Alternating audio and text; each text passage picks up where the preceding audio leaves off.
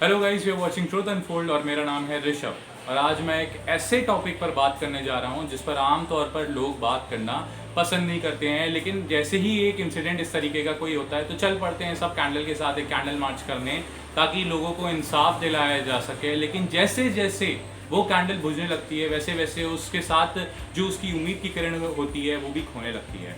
जी हाँ, मैं बात करने जा रहा हूँ हमारे देश में रेप केसेस की। According to our Indian constitution, जो हमारे देश में रेप की डेफिनेशन है वो ये है, अ मैन, गौर से सुनिए, a man is considered to commit rape when he is having intercourse without a girl's consent और विल। ये हमारे देश में इंडियन कॉन्स्टिट्यूशन में इसकी डेफिनेशन है, जिसे हम सेक्सुअल असॉल्ट भी कहते हैं। According to the National Crime Record Bureau, 88 cases रोज़ रजिस्टर होते हैं रेप के हमारे देश में। 2019 में यही कुछ टोटल केसेस जो रेप के सामने आए थे वो थे 32,033 केसेस, जिसमें से 11% केसेस दलित कम्युनिटी के थे।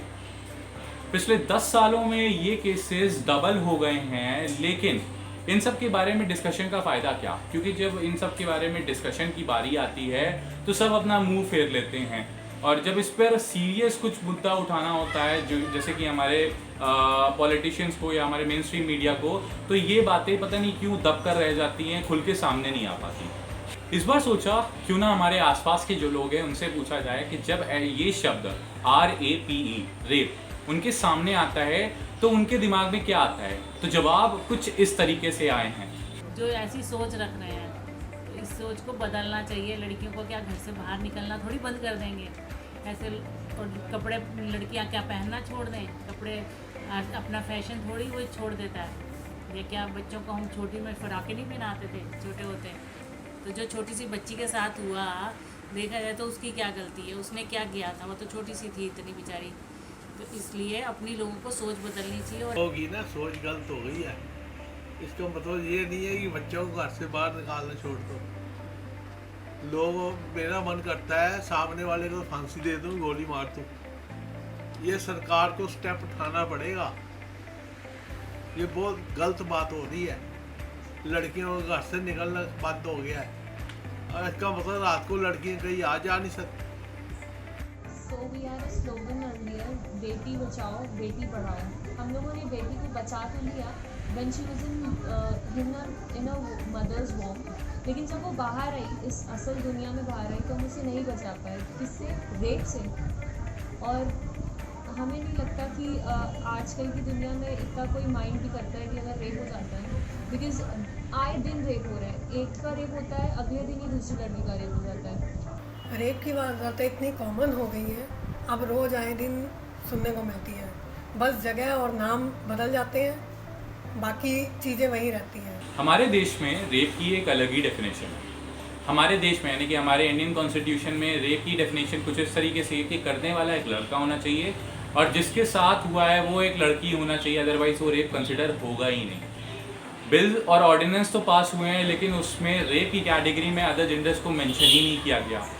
कुछ ऐसे फेमस केसेस हैं जिसको हम सब ने सुना है, और कुछ ये दिल दहला देने वाले केसेस थे जो कि सबकी ज़ुबान पे रहते हैं। केस कुछ ये थे कि जैसे Mathura gang rape case, Mumbai gang rape case, या फिर निर्भया केस, या फिर Banwari Devi gang rape case, या फिर आप कह लो Scarlett killing rape and murder, या फिर आपका जो कठुआ रेप केस हुआ था जम्मू में।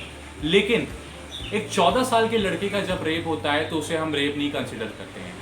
तब कहाँ चली जाती है हमारी मेन स्ट्रीम मीडिया की आवाज़ या हमारे पॉलिटिशियंस की आवाज़? मेरा वीडियो ये बनाने का सिर्फ एक रीज़न है कि मैं डिफाइन करना चाहता था कि हमारे भारत में, हमारे देश में रेप, दैट इज़ RAPE की क्या डेफिनेशन है। मेरा कोई इससे अपनी कोई मुद्दा नहीं उठाना या फिर कोई रोटियां नहीं सेकनी है। एक बार के लिए चलिए मान लेते हैं कि रेप इसलिए होते हैं क्योंकि लोग फ्रस्ट्रेटेड होते हैं, लेकिन ये मेरा मानना नहीं है। ये मेरा मानना नहीं है, ये हमारे कुछ समाज सेवक हैं जिन्हें हम पॉलिटिशियंस कहते हैं, उनका मानना है कि लोग तो रेप करेंगे क्योंकि ये फ्रस्ट्रेशन में निकली हुई एक आवाज़ होती है। बट क्या आपको लगता है कि ये सही है? हाथरस में जो अभी हुआ उससे हम सब रूबरू हैं। उस लड़की के साथ क्या हुआ ये अभी प्रॉपर तरीके से खुलासा नहीं हो पा रहा है, लेकिन चल पड़े हैं सब उनके घर जाके उनके परिवार वालों को दिलासा देने में कि कोई बात नहीं, हम है ना, हम आपकी तरफ से बोलेंगे, आपके लिए हम खड़े हुए हैं। लेकिन एक बात बताइए, ये समाज सेवक वहाँ पर जाके अपनी दरिया दिली या फिर उनको सहानुभूति दे रहे हैं तो उनसे क्या उनकी प्रॉब्लम्स खत्म हो जाएंगी या कम हो जाएंगी मुझे नहीं पता, लेकिन अगर ये सोचते हैं वो कि एक सवाल बोलने से वो अपना धर्म निभा रहे हैं तो वो गलत है। एक माइंडसेट है that boys can not be rape, या किसी और जेंडर का कभी रेप हो ही नहीं सकता। लेकिन एनसीआर दारीवाला नाम का एक फिल्म मेकर है जिन्होंने एक सर्वे किया था 1500 मेल का, जिसमें से 71% सर्वेड मैन ऐसे थे जो कि कभी ना कभी सेक्सुअल असॉल्ट या अब्यूज का शिकार रहे हैं। उनमें से 85% अप्रॉक्स ऐसे थे जिन्होंने कभी भी अपने करीबियों से, अपने परिवारजनों से इस चीज़ को शेयर नहीं किया। क्यों? क्योंकि उनको शर्म थी या एक तरीके का गिल्ट था कि उनके साथ हुआ क्या है, और कुछ को तो उस कन्फ्यूजन भी थी कि उनके साथ हो क्या रहा है। फ़र्क पड़ता है लेकिन हम इसे कभी कंसिडर करते ही नहीं है। इसीलिए सबसे पहले तो हमारे देश में इसकी डेफिनेशन चेंज होनी चाहिए कि non consensual intercourse done by a man से non consensual intercourse done by a person, ताकि जस्टिस बिना किसी जेंडर डिस्क्रिमिनेशन के सबको मिले। एक 20 साल के लड़के का रेप होता है, रेप तो रेप है ना, कंसिडर करना चाहिए। लेकिन हमारे देश में कोई ऑर्डिनेंस या बिल पास ही नहीं हुआ क्योंकि हमारे देश में इसकी डेफिनेशन ही अलग है, जिसे मैं बार बार बता चुका हूँ। इसीलिए अगर एक लड़के के साथ रेप हुआ है, एक 20 साल के लड़के के साथ रेप हुआ है, तो उसे रेप कंसिडर ही नहीं किया जाएगा क्योंकि हमारे इंडियन कॉन्स्टिट्यूशन में ये ऑफेंसिव माना ही नहीं जाएगा। इसलिए इस केस को रजिस्टर किया गया था IPC 377 के तहत। चलिए मैं आपको बता दूँ ये 377 है क्या। ये 377 एक ऐसा क्या कहते हैं सेक्शन है जहाँ पे LGBT कम्युनिटी को जो है बेसिकली इलीगल माना जाता था having intercourse with the same sex, जो कि नेचर के विपरीत था। इसलिए कुछ साल पहले इसको एक लीगल टर्म्स पे कंसिडर कर लिया गया था। लेकिन ये फ़र्क पता होना चाहिए कि क्या कहते हैं रेप और कंसेंट में फ़र्क होता है, लेकिन हम इस फ़र्क को कभी कंसिडर करते ही नहीं हैं। ओके फाइन, रेप की बात कर रहे हैं ना, तो रेप बेसिकली हैवानियत को जो है दर्शाता है। ये एक जेंडर को लेके चल रहा है तो हमें तब भी समझ में आता है, लेकिन जब बात जानवरों की आती है तब क्या? जानवरों का रेप इसलिए होता है क्योंकि वो कपड़े नहीं पहनते हैं।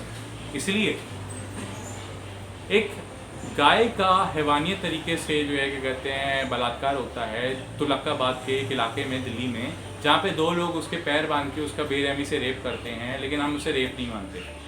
मुंबई में एक टैक्सी ड्राइवर एक स्ट्रे डॉग का रेप करता है, लेकिन अपनी सफाई में वो ये कहता है कि उसके खिलाफ कोई चार्जशीट बनती नहीं है क्योंकि सामने वाले का स्टेटमेंट कंसिडरेबल ही नहीं है। अगर हम जेंडर इनइक्वालिटी की बात करें तो ऐसे कई स्टेट हैं हमारे देश में, जैसे कि राजस्थान या यूपी या पंजाब या हरियाणा, जहाँ पे मेल डोमिनेंस बहुत एक्सट्रीम लेवल पर है। ये मेल डोमिनेंस कुछ इस तरीके से है कि लोग अपनी पावर अपनी क्या कहते हैं दूसरे की इच्छा के विरुद्ध शो करते हैं, जिसे हम एक्सप्लॉयटेशन भी कहते हैं, ज़बरदस्ती का नाम दे सकते हैं। दूसरा आता है पोर्नोग्राफी। ये एक सबसे बड़ा रीज़न है कि क्या कहते हैं ये रेप जैसे क्राइम्स हमारे देश में कमिट होते हैं। हमारे देश में पोर्नोग्राफी एक मैसेज की तरह कम्युनिकेट होता है एक इंसान से दूसरे इंसान की तरह, जिसमें एक औरत को या फिर एक जेंडर को एक ऑब्जेक्ट की तरह शो किया जाता है, एक सब्जेक्ट की तरह शो किया जाता है, और बेसिकली डीह्यूमनाइजेज एंड डीमोरलाइज वुमेन। इससे सेक्सिज्म प्रमोट होता है एंड इट ग्लैमराइजेज वायलेंस, जो कि बिल्कुल ठीक नहीं है।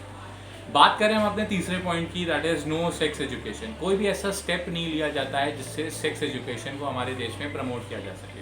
भाई एक बेसिक चीज़ है जो कि लोगों को बतानी चाहिए कि बेसिकली सेक्स एजुकेशन है क्या, जिससे उनकी क्यूरियोसिटी ख़त्म हो। यही रीज़न है कि एक प्रॉपर गाइडेंस और एक प्रॉपर एजुकेशन इस सब्जेक्ट को लेकर हमारे देश में नहीं दी जाती, जिसकी वजह से ऐसे भयानक केसेस हमारे सामने आते हैं। समझना पड़ेगा कि sex can not be rape and rape can not be considered as consensual, क्योंकि रेप क्राइम है और सेक्स कभी रेप कंसिडर होता ही नहीं है। एक बात और है समझने की कि लोगों में दिक्कत है या दिक्कत लोगों में है, ये भी समझना पड़ेगा, या सोसाइटी की वजह से दिक्कत है, ये समझना पड़ेगा। सवाल बहुत सारे हैं लेकिन जवाब अभी भी उसके अधूरे हैं। That's all for this video. अगर आपको ये वीडियो पसंद आई हो या आपको ये वीडियो लगे कि मैंने बेसिकली इस पॉइंट के थ्रू लोगों को बताया है कि रेप हमारे देश में क्या मतलब रखता है, तो प्लीज़ इसे शेयर करिएगा अगर आपको लगे कि हाँ ये शेयर करने लायक है। Please do like and subscribe my channel truth Unfold, और मैं ऐसी वीडियोस और डिलीवर करने की कोशिश करूँगा। कमेंट सेक्शन में आप अपने फीडबैक दे सकते हैं कि कैसी लगी आपको ये मेरी वीडियो। बाकी अपने घर पे रहिए, सुरक्षित रहिए, stay home, stay safe and thank you.